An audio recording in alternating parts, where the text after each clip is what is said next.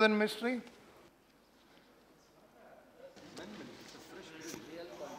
No, but they are all typographical errors and procedural errors. Sir, You have thank you 15 very minutes. much. You have 15 minutes. Yeah. Your party allotted 15 minutes. Sir, सबसे पहले तो मैं उस समय की UPA सरकार को अभिनंदन देना चाहता हूं और ख़ास करके हेल्थ मिनिस्टर जो गुलाम नबी आज़ाद साहब थे, उन्होंने 7 अगस्त 2013 के अंदर ये बिल यहाँ पर प्रोड्यूस किया था और यूनाइटेड नेशन के rights of person with disabilities उसको जब सरकार ने रिकॉग्नाइज़ किया 2007 के अंदर और रेटिफाइड करके एक बिल तैयार किया और उस बिल के हिसाब से आज 2013 का ये बिल 2016 के अंदर लाने के लिए भी मैं मिनिस्टर साहब को का धन्यवाद है तो करता हूँ, क्योंकि ये bill was long over due मेरे हिसाब से, लेकिन finally it has seen the light of the day and thank you very much for bringing it. Sir, the statement of object and reasons, it suggests that while this bill recognizes the person with a mental illness constitute a vulnerable sections of society and are subject to discrimination in our society. 1. 2.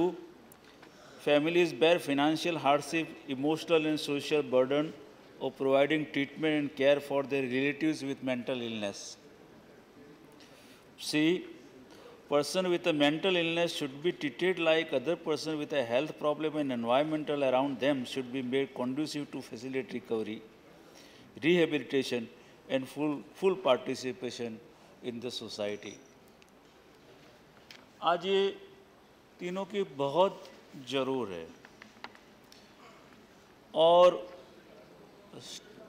हर एक step पर देखा गया है कि जिनको ये बीमारी होती है उस बीमारी वाले आदमी को या लड़की को या औरत को एक सोशल स्टिग्मा की तरफ देखा जाता है. कई बार लोग उनको पागल समझने लगते हैं कि ये पागल लोग हैं.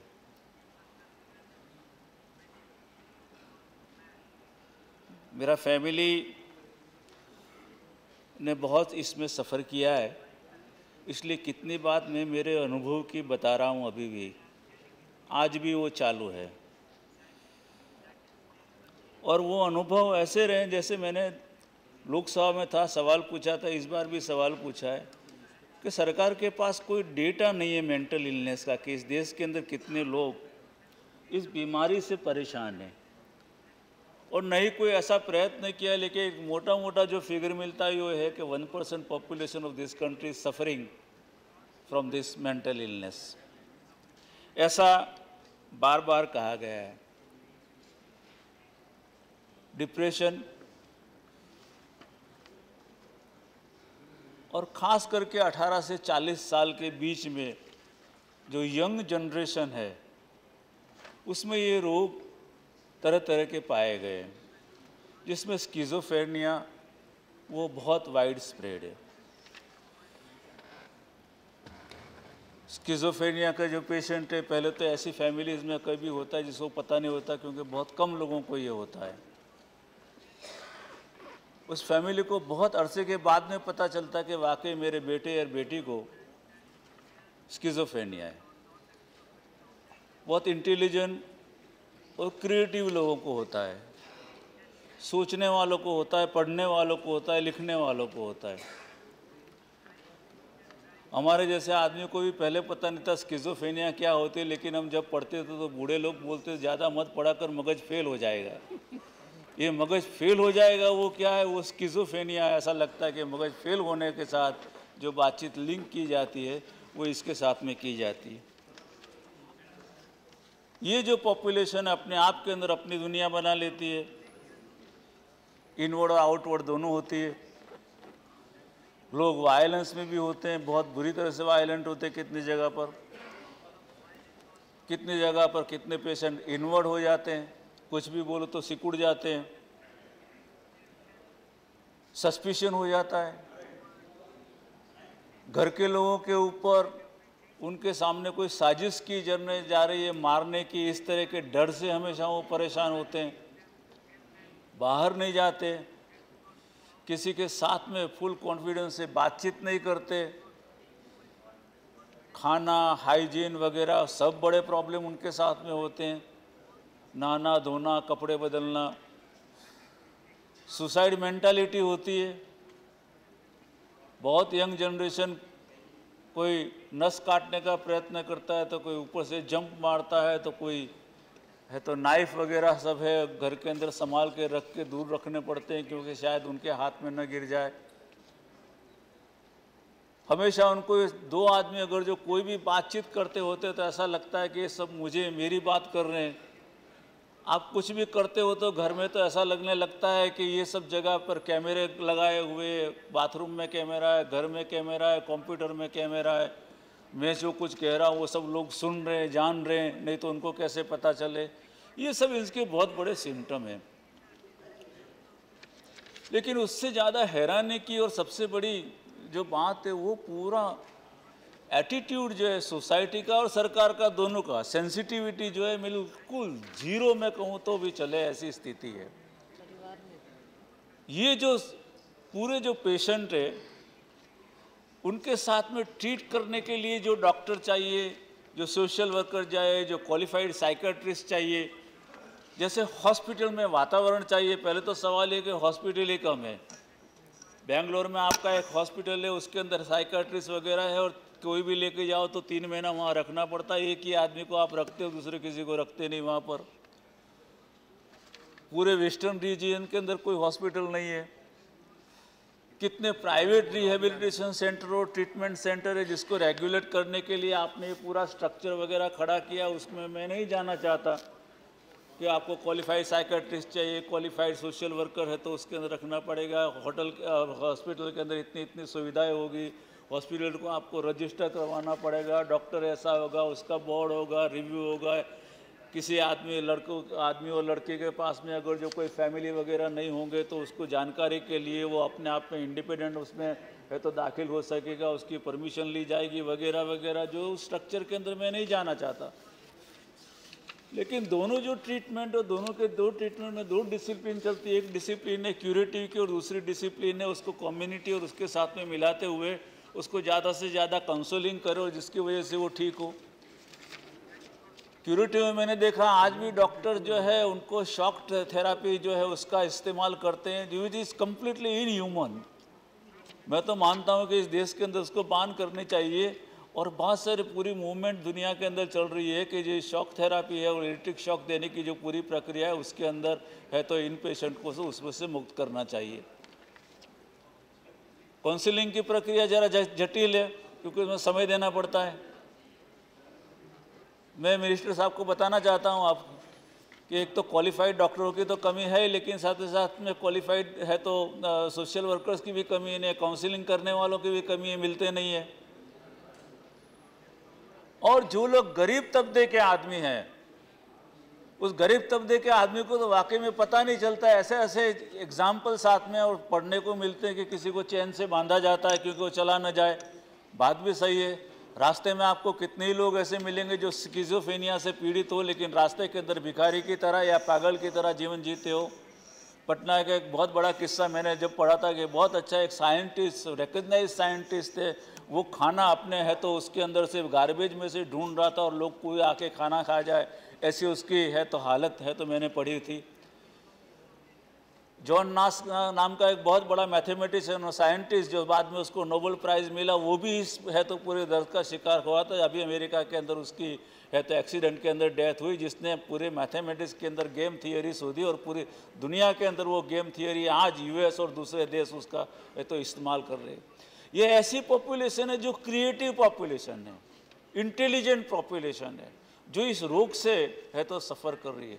लेकिन उनको ट्रीट करने के लिए हमारे पास में आज भी कोई सिस्टम नहीं है। न तो कोई ऐसी हॉस्पिटल, मैं फिर से बता रहा हूँ, जिस हॉस्पिटलों के अंदर ऐसी व्यवस्था जो मैंने देखी है जितने काफ़ी हॉस्पिटलों में घूमने के बाद में, कि जो सेंसिटिविटी डॉक्टर की चाहिए जो सेंसिटिविटी सोशल वर्कर्स की चाहिए, जो पेशेंट चाहिए, उसकी बात सुनने की तैयारी चाहिए, उसके साथ में उसके इंटेलिजेंस के साथ में मैच कर सके, ऐसे आदमी उसको काउंसिल कर रहे, उसकी इतनी बड़ी कमी है कि लोग बिल्कुल आम जो पेशेंट होते हैं उसी तरह उनको ट्रीट करते हैं, और इसकी वजह से वो कभी या तो है तो एक्सट्रीम वायलेंस के अंदर चले जाते हैं, या एक बार सिकुड़ के हो जाते हैं। घर में आप अकेला रख नहीं सकते उनको, हॉस्पिटलों के अंदर ऐसा वातावरण नहीं होता, और नहीं ऐसी तो स्थिति होती कि जिसकी वजह से वो अच्छे से अच्छे क्योर हो सके। सबसे पहले ये बताया जाता है कि ये डिसीज क्योर नहीं हो सकता, इसको डायबिटीज़ की तरह आप कंट्रोल कर सकते हो। इसकी मेडिसिन भी ऐसी कोई ऐसी नहीं बनी कि जो मेडिसिन देते हैं आप मुंह के अंदर से बहुत है तो पानी गिरता रहता है, लोग हो तो उसका भी लेते कभी नहीं लेते, पेशेंट उसको है तो ध्यान रख के दिया जाता है।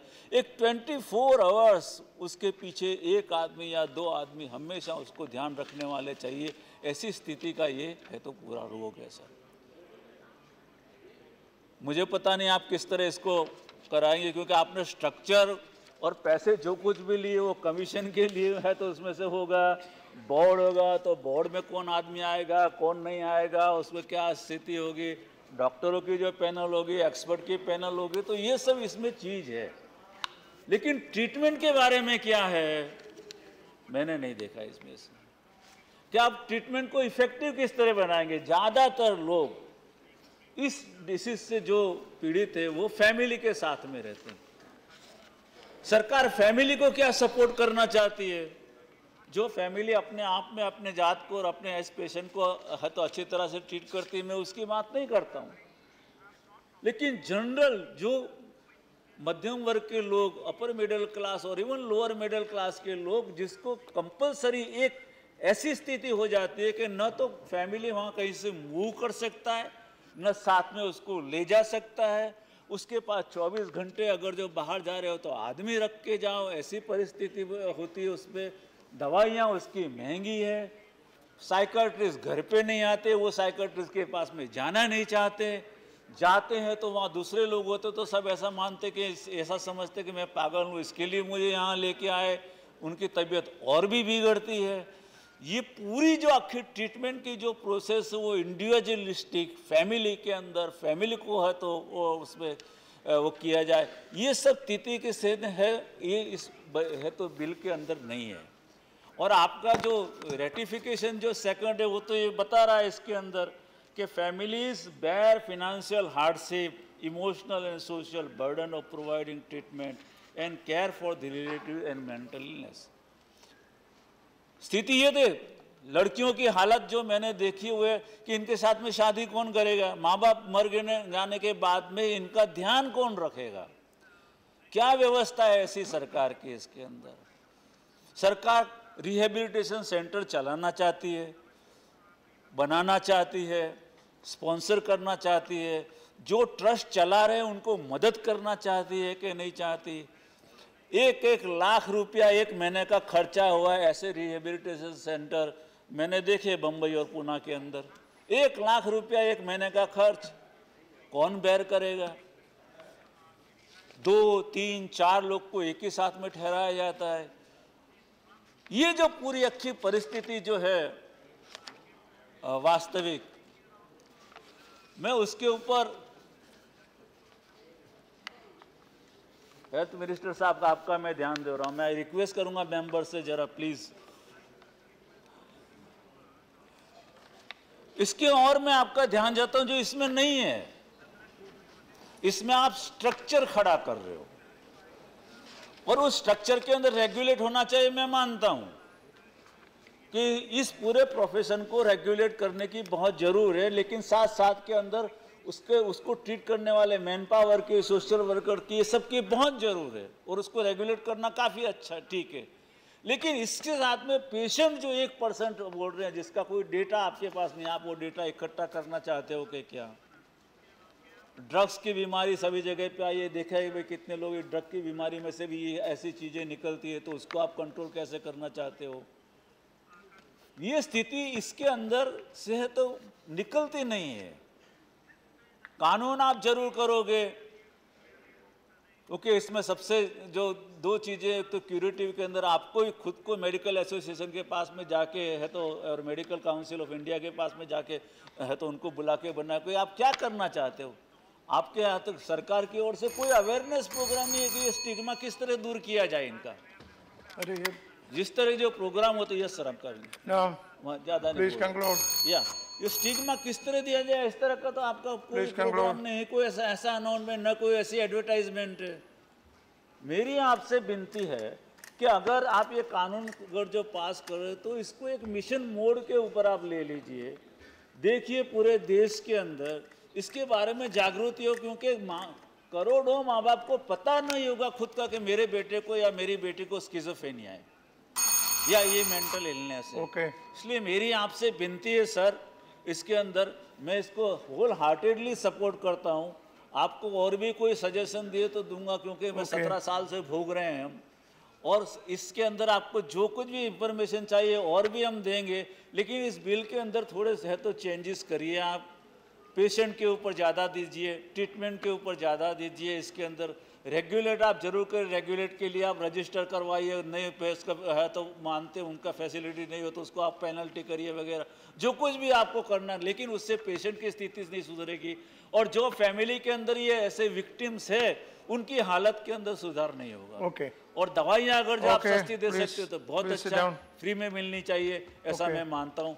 फिर से मैं बोल रहा हूँ क्योंकि टाइम की Please, रेगुलेशन sit में down. मैं नहीं कर रहा है तो है इसके अंदर, मैंने मेरे समय बैठिए, दिया है। बैठिए, मैं बैठिए। आपको धन्यवाद देता हूँ लाने के लिए, बैठिए। और इस बिल को आप वाकई के अंदर ऐसा बिल है और ऐसा है तो कानून है देश के अंदर उसमें वातावरण खड़ा करिए कि जिसकी वजह से एक पॉजिटिव एटीट्यूड ये सभी पेशेंट के ओर है तो अपनाया जाए और हमारी जो यंग जनरेशन है जो इसकी विक्टिम हुई है उसको इसमें से बचाया जाए। Thank you Okay. Very much. Are you rushing through the bill, sir? Not at all. No, because his party has allotted him only, his party has 4 speakers and his party has allotted time for each member. And, no, let me complete. So, 15 minutes has been allotted by his party to him, so I have to adhere to that. What do you want? Subirami Reddy has Huh. raised a very important point. Yes? There are 100, I never said it is there are unimportant. 132 amendments. Yeah. And I hope the minister will explain the need for 132 amendments. Many of these amendments are procedural, I understand. But some of the amendments are very substantive So at amendments. that point of time, see, And I hope we won't rush through no, it. how do you think that, see, don't, wait, let him, no, your speech is over, now you don't speak. That is not fair. No. That is absolutely against the rule. No. You cannot speak. Your speech is over. Sit down. You cannot, there is some, no, you can't do that. Your speech is over, now you don't try to. See, Jairam Ramesh ji, why do you go on preconceived notions? Nobody is going to rush through. When the amendment is moved, at that point of time, you can ask the rationale of the amendment, which the Honorable Minister will certainly clarify to you. Especially when a person like you asks, do you think the Minister will ignore you? Nobody can ignore you. Yes, Subramanian Reddy's point of order is very valid. He asked why 146 amendments. The Minister will explain it at that point of time. 50 years record, no bill had one level. So this Nadda's record break act, this Nadda's. See, that only shows that the Honorable Minister is amenable to the suggestions from members and the suggestion from the others. So, after drafting the bill, whatever opinions, suggestions he got, especially from members like you, Honorable Minister is accepting. You should thank him for that. He is not very adamant that, no, what bill I brought, I will stick to that, no change. Yes, the Minister is susceptible. That I appreciate that, I tell you.